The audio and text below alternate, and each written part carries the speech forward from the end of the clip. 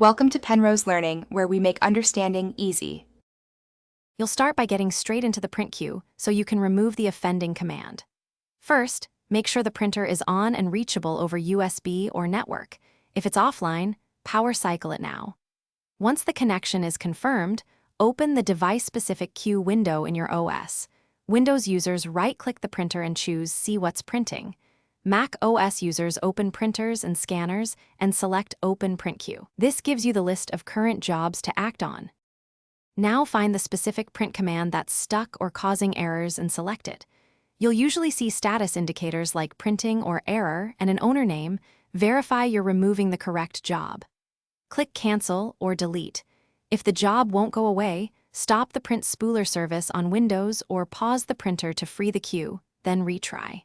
For network devices, log into the printer's embedded web server to view and delete jobs directly from the device if the computer-side queue fails.